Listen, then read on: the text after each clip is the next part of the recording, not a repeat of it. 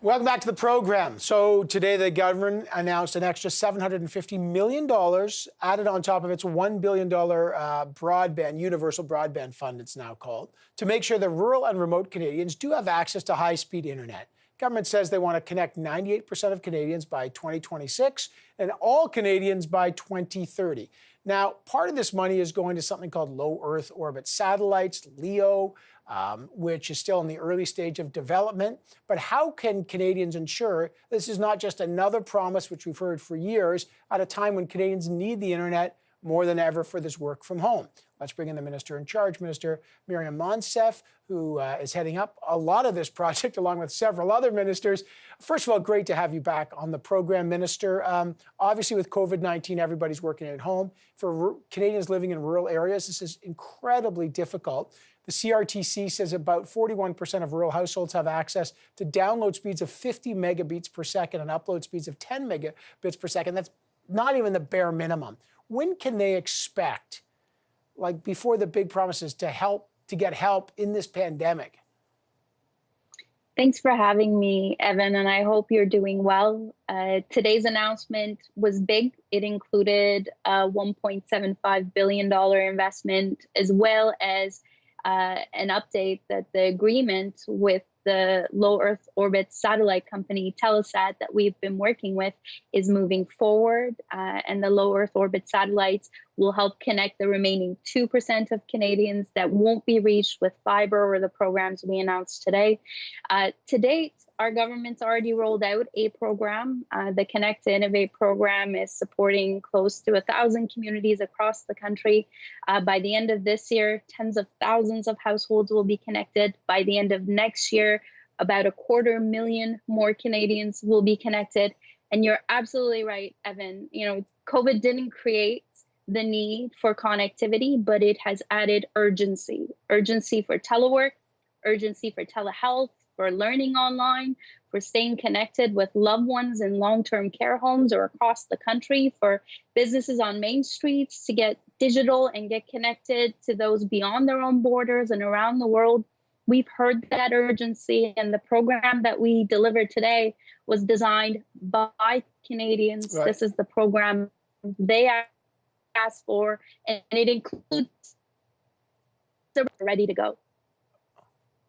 Right. Speaking of broadband, we're losing you a bit there. I know there's $150 million to fund some communities now, but Minister, a lot of folks are saying, am I hearing an echo here? In 2016, $585 million was announced through the Connect to Innovate Fund. The CRTC then got that same year, 4 years ago, $750 million for their broadband fund.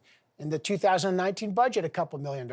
Now the Canadian Infrastructure Bank is involved. It's a complicated series of promises, re-announcements, and it's a maze. So two things. Who's coordinating all this? Because it does seem unbelievably complicated. It is absolutely a complex infrastructure project every single time, and it's different in every community. The Connect to Innovate program you referenced, Evan, is already underway. Some 220 communities are benefiting from it, and people are getting connected. Wires have been going into the ground even during COVID. So that program is moving. The partnership with the Infrastructure Bank that the Prime Minister and Minister McKenna announced is meant to support the projects that are much larger in scope and impact. And the program that I'm responsible for, the Universal Broadband Fund, it's a separate program in addition to existing programs that are already serving Canadians. So why don't you guys just have like one minister in charge of all this? Because there's multiple funds, just in terms of tracking the money. You know, this has been going on for 4 years. A lot of folks don't even know what's actually been accomplished so far, how many communities, what's been effective. Why not just have, I don't know, like a broadband czar? Here it is, everything applies here, one-stop shop. It just seems like everyone's got their pet project here. Evan, you're right in that there are a lot of cooks in this kitchen. And, you know, within the federal government, there's the Infrastructure Bank, there's the infrastructure program, there's the Connect to Innovate program, now the Universal Broadband program, the regulator, CRTC, has its own program.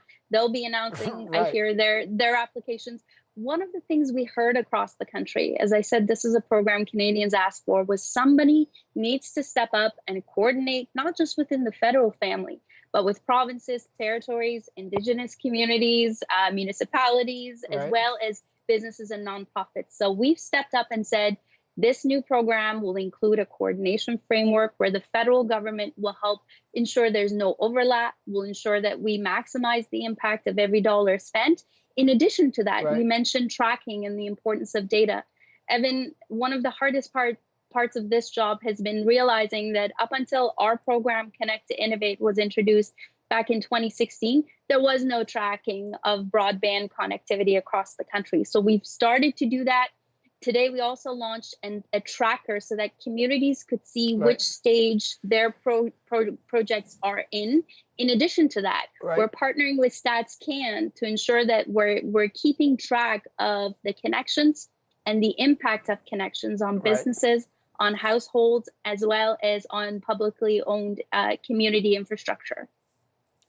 I got about just 20 seconds. I just want people to appreciate $600 million government dollars are going to something called Low Earth Orbit Satellite. It's a Canadian company.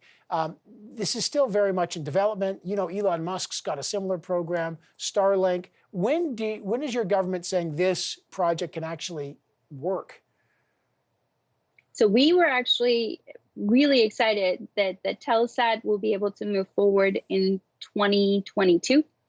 Our programs in total now add up to $6.2 billion to connect Canadians. And if you add up all previous investments in broadband from other governments, our investments over the 5 years we've been in power are 10 times higher.